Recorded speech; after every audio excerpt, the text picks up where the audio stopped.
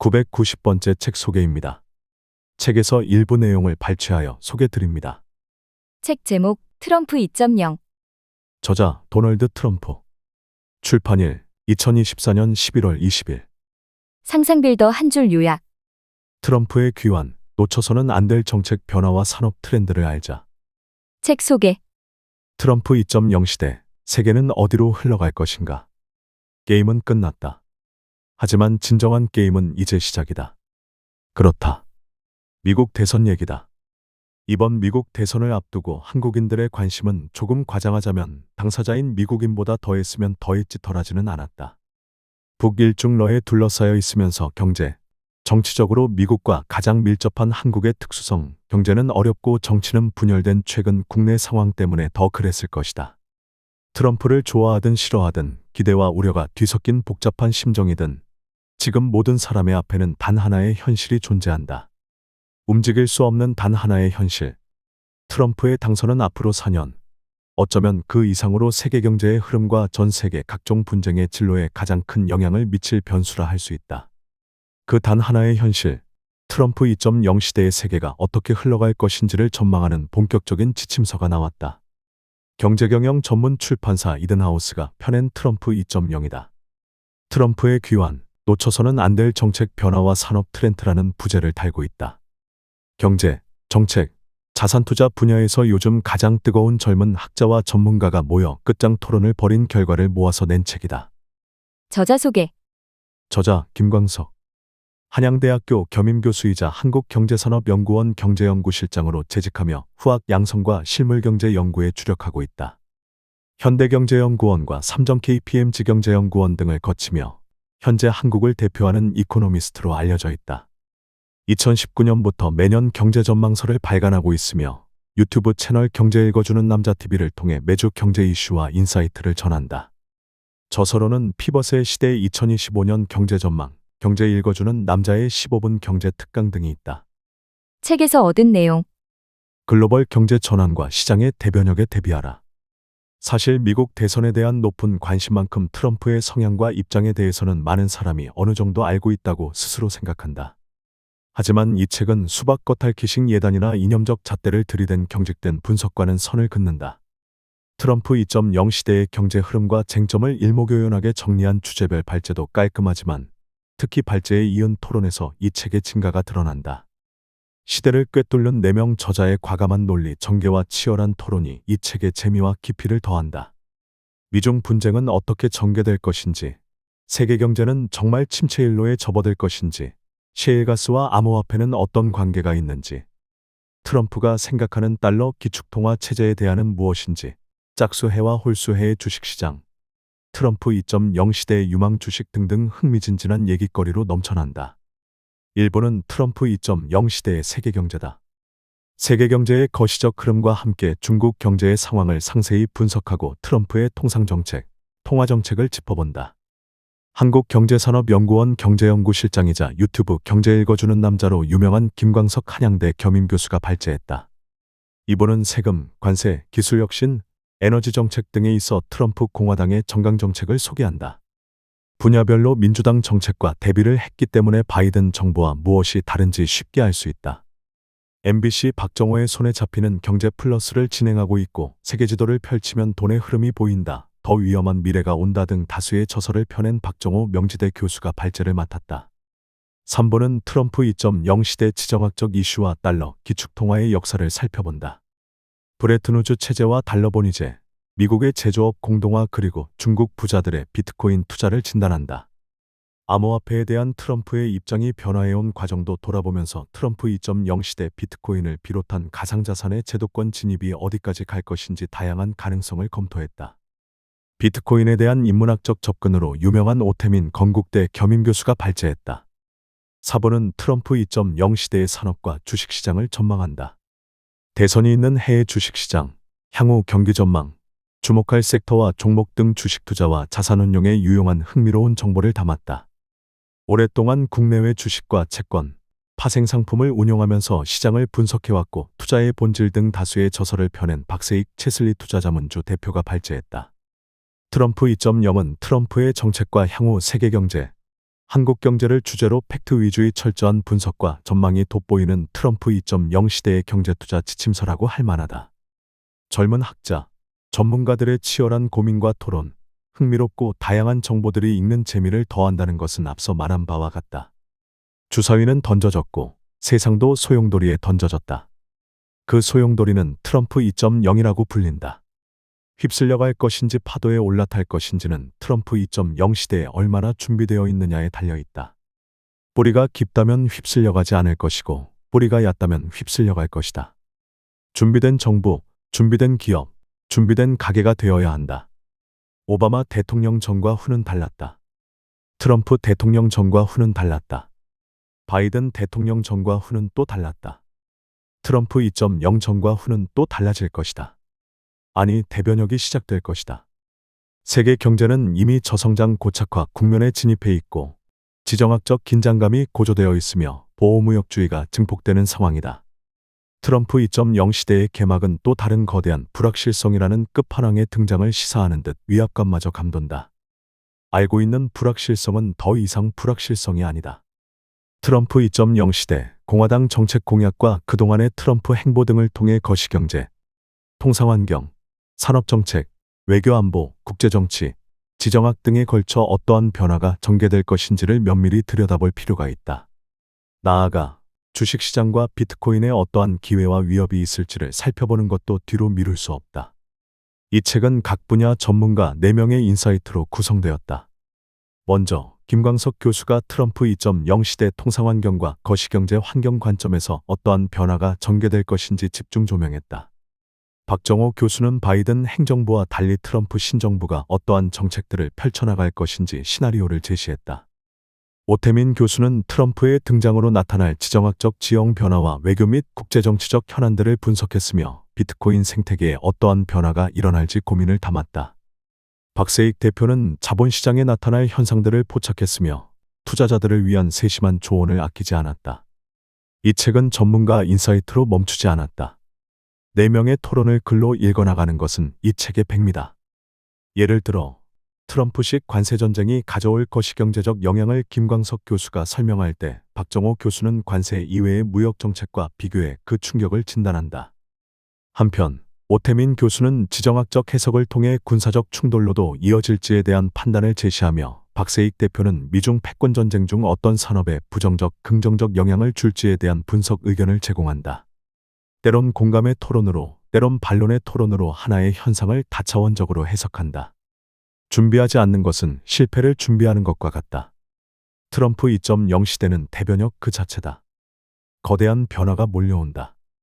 미중 무역전쟁, 통화정책의 기조, 자산시장의 운명, 에너지 정책, 비트코인의 제도권 진입, 달러의 위상, 지정학적 변화, 전쟁의 종식 및 부의 흐름에 이르기까지 트럼프 2.0 시대에 어떠한 변화가 전개될 것인지를 면밀히 살펴보고 준비된 날을 만드는데 이 책이 도움이 되길 바란다. 트럼프의 통화정책, 금리 인하와 약달러, 거시경제적 측면에서 미 대선 결과가 어떤 영향을 미칠까에 대해 들여다보는데 정말 빼놓을 수 없는 한 가지 항목이 통화정책 기조의 변화가 어떨까 하는 것입니다.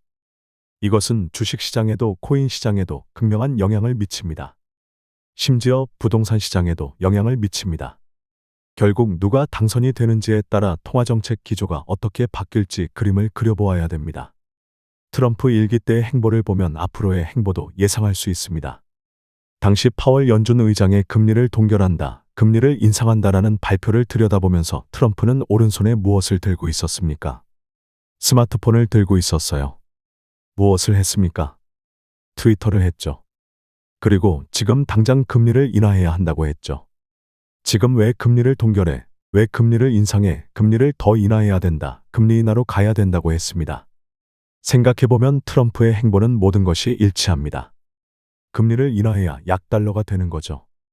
약달러가 되어야 미국이 수출하기 유리해집니다. 그래야 중국에 있는 공장을 폐쇄하고 미국의 공장을 짓게 되는 거죠. 미국의 공장을 지어야 일자리가 많이 생겨나요.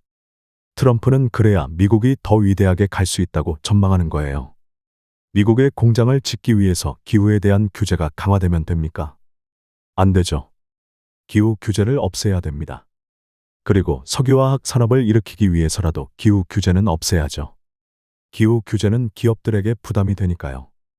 법인세를 인하해 주어야 당연히 더 많은 기업이 중국을 떠나 미국에 입지할 가능성이 높아지겠죠. 그 밖에 FTA라든가 이런 것들을 철폐하는 것도 그것 때문에 미국에 공장을 안 짓기 때문이죠. 통상정책이나 통화정책이나 이런 모든 정책들이 일관성이 있고 하나의 결이 있습니다. 그런 관점에서 트럼프가 당선되어 트럼프 2.0 시대가 되면 자기가 좀 더 마음에 들어하는 비둘기파적인 금리 인하론자를 연준 의장으로 앉힐 가능성이 높고 그런 연준 위원들로 연준이 사회를 구성할 가능성이 있죠. 직접 통화정책에 관여하기는 어려울지 모르겠지만 어떤 사람을 연준 의장으로 선택할지는 대통령이 결정할 수 있기 때문에 통화정책 관점에서 더 극단적인 완화를 지향할 겁니다. 의견을 드린다면 지금 현재 미국이 생각하고 있는 중립금리는 3.0%, 높게는 3.5%입니다. 현재 이 중립금리를 향해 2026년까지 매우 천천히 점진적으로 통화정책 기조를 이행해 나갈 것으로 판단하고 있습니다.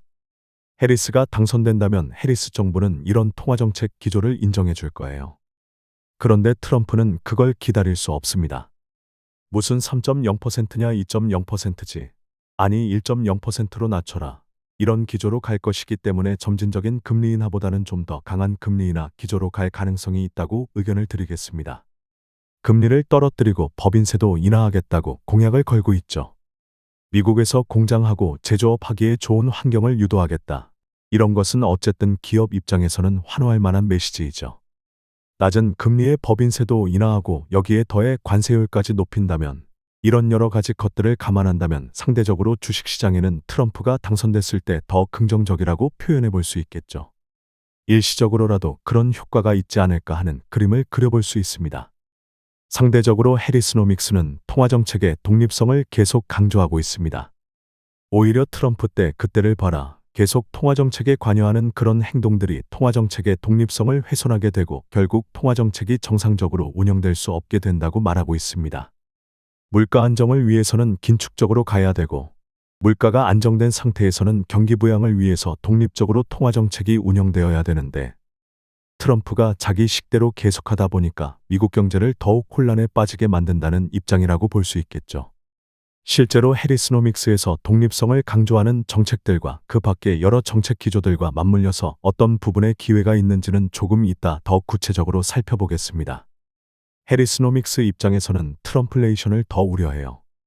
예를 들면 개인 소득세율을 인하하겠다. 또 수입품에 대해서 10% 보편관세를 부과하겠다. 불법 이민도 차단하겠다 등. 이게 다 뭐예요? 인플레이션을 야기하는 요소예요. 모든 수입 품목에 대해서 10%씩 관세를 부과하고 중국에 대해서는 관세를 최대 100%까지 부과하면 미국이 수입하고 있는 품목의 가격이 올라가는 효과가 발생하겠죠. 그러면 인플레이션이 야기되는데 금리는 인하론을 주장하니까 미국 경제가 더욱 혼돈에 처할 수 있다고 민주당에서는 지적을 합니다. 이런 지적들이 일리가 있다고 볼 수 있습니다. 그렇게 보았을 때 트럼프가 당선되면 인플레이션 현상이 좀 더 야기될 수 있고 상대적으로 금리가 인하되면 경제가 더욱 혼란스럽게 펼쳐질 수도 있겠다는 의견을 드립니다. 트럼프가 암호화폐를 지지하는 이유.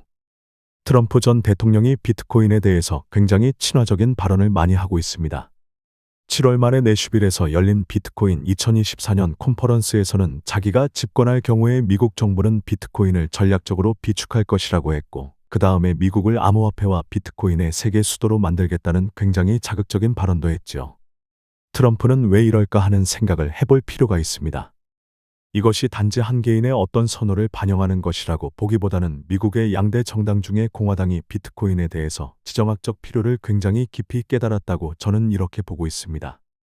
민주당도 물론 그렇긴 하지만 민주당은 자기들의 정강정책하고 아직 잘 안 맞아요. 그런데 트럼프의 공화당은 잘 맞습니다. 그래서 여기에 대해 설명을 조금 드릴게요. 일단 트럼프의 개인적인 행보는 NFT 가상 토큰을 만들고 있어요. 머그샷이라고 경찰서 가면 찍는 사진 있잖아요. 2023년 말에 민주당 정부가 트럼프를 감옥에 보내려고 트럼프와 주변 인물들을 잔뜩 기소했는데 그때 머그샷을 찍었고 그걸 NFT로 만들어 팔아서 240만 달러를 모았어요. 지금도 팔고 있습니다. 몇 개를 모으면 자기하고 같이 식사도 할 수 있게 해서 팔고 있습니다. 아까 세션에서 박정호 교수님이 말씀하셨지만 우리나라에서는 선거법에 걸릴 것을 미국에서는 다 허용을 하니까 트럼프는 암호화폐와 NFT를 이용해서 선거자금을 많이 모으고 있습니다. 선거자금 전체에서 큰 비중을 차지하고 있지는 않지만 상징적인 횡보라는 데 의미가 있어요. 비트코인 열풍과 중국. 미국이 소련하고 냉전을 하면서 닉슨 대통령 때 대전환, 그러니까 판을 바꾸는 게임을 합니다. 같은 공산 블록에 있었던 중국을 미국 진영으로 품습니다. 미국이 베트남전에서 되게 힘들었는데 중국을 품음으로써 소련과 대치에서의 열세를 정치적으로 만회한 거죠. 그러면서 세계 질서가 조금 복잡해집니다. 왜냐하면 중국이라는 플레이어는 일본이나 독일과는 행태가 달라요. 일본과 독일은 미국이야. 너네 방위비 좀 더 내라. 국방비에 돈 좀 써 하면 싫어해요. 그런데 중국은 알아서 국방비에 엄청난 돈을 씁니다. 국방비라는 건 상대적 우위가 있을 때 의미가 있는데 중국이 국방비에 돈을 계속 쓰니까 미국은 더 써야 되는 거죠. 쫓깁니다. 그리고 중국이 원래는 안 그랬는데 시진핑이 2012년도에 국가주석이 되면서부터 미국 국채를 쌓지 않아요. 미국 국채를 쌓을 돈을 미국한테 벌었는데도 미국 국채를 더 안 삽니다. 포커하우스에서 칩을 땄는데 새벽에 미국이 은쟁반을 갖고 가면 그 칩을 올려놓아야 되는데 안 올려놓고 그걸로 1대1로를 하겠다면서 서진 정책에 다 쏟아붓습니다. 사실 이거는 많이 안 알려져 있는데 미국이 민주당과 공화당 모두 반중으로 갈 수밖에 없는 게 뭐냐 하면 중국이 암묵적인 룰을 깼기 때문이에요. 중국이 대미 무역 흑자를 미국 채권에 대한 무한정한 수요로 바꿔줘야 되거든요. 그런데 그걸 안 하기 때문에 미국 입장에서는 중국의 수정주의가 용납할 수 있는 선을 넘어버린 거죠. 게다가 국방비에 돈을 쌓고 있으니까 미국 입장에서는 독일이나 일본하고는 다른 상대인 셈인 거죠. 오늘날의 모든 변화는 사실 2008년부터 시작을 하는데 2008년이 되게 재미있는 해입니다. 2008년에 미국에 금융위기가 있었고요. 미국 금융위기 때문에 유럽과 모든 나라들이 경기 침체에 빠질 뻔했는데 제일 먼저 스티뮬러스 패키지 경기부양책로 8천억 달러를 갖고 나온 게 중국입니다. 그때 중국이 엄청난 철근과 시멘트를 생산해가지고 서쪽에다 쏟아부은 것이 1대1로가 된 셈이고요. 액수도 비슷합니다. 8천억 달러입니다. 그때 중국인들의 어떤 자아상이 형성이 돼요. 우리가 미국을 먹여 살려야 될 이유가 뭐냐? 저렇게 저축도 안 하고 비대해진 미국을. 마침 또 베이징 올림픽이 열립니다. 베이징 올림픽이 열린 건 좋았는데 성화 봉송을 하면서 파리에서 성화가 꺼지고 성화 봉송을 하는 곳마다 계속 시위가 따라다녀요. 티베트 인권 시위가. 미국과 서구의 리버럴들이 그때 오판을 한 거예요. 중국이 보통 국가가 됐으니까 우리가 이렇게 시위로 흔들면 중국이 주변 국가에 대해 좀 더 개방적이고 관대한 정책을 할 줄 알았는데 오히려 그게 반대로 되어버려요. 그래서 2008년도에 중국인들의 의식 구조에 금융위기가 있지만 베이징 올림픽도 있습니다. 티베트 성화 봉송 반대에 이어 시위꾼들이 올림픽 때 베이징에 들어오자 중국 정부는 베이징 시내 전체를 봉쇄해버려요. 그 봉쇄를 주도한 게 바로 시진핑입니다. 당시 부주석이었죠. 시진핑은 장쩌민의 상하이방과 후진타오의 공청단이라는 두 정치 세력의 갈등 때문에 선택된 차선책이었거든요. 대중적 지지 기반이 전혀 없었는데 베이징 올림픽을 안전하고 성공적으로 치루었기 때문에 리더로 부상합니다. 그 방법은 우리가 지금 시진핑을 통해서 보는 방식이에요. 개방적이고 소통하는 방식이 아니라 톱다운으로 봉쇄하고 안정 위주로 가는 방식이거든요. 2012년 시진핑이 주석이 됐을 때 우리는 잘 모르지만 인민들의 굉장한 지지와 인기를 얻었죠. 시진핑 주석이 집권하자마자 부패 척결 운동을 시작했는데요. 고위 공무원이 1년에 2만 명씩 숙청되었다는 말도 있을 정도입니다. 부정부패 혐의로요. 2013년부터 2021년까지 약 400만 명 이상의 공직자들이 부패 관련 혐의로 조사받았으며 그중 상당수가 처벌을 받았다고 합니다. 중국 중앙기율검사위원회 고위 공무원만이 아니라 판빙빙 같은 영화배우와 IT 업체까지요. 하여튼 민초들이 보기에 좀 잘나가고 건방지다. 그럼 다 보내는 거죠. 이런 정책이 정치적으로는 이득인데요. 경제적으로는 전혀 아니죠. 중국의 슈퍼리치들 입장에서는 화살이 언제 우리에게 올지 모르겠다 싶은 거죠. 그래서 모은 게 바로 비트코인입니다. 제가 비트코인을 알게 된 게 2014년인데 그때 제가 미섭 같은 곳이나 컨퍼런스에 가면 중국계 비트코이너를 쉽게 만날 수 있었어요. 한국에서 열린 비트코인 모임이지요. 지금까지 상상빌더였습니다. 감사합니다.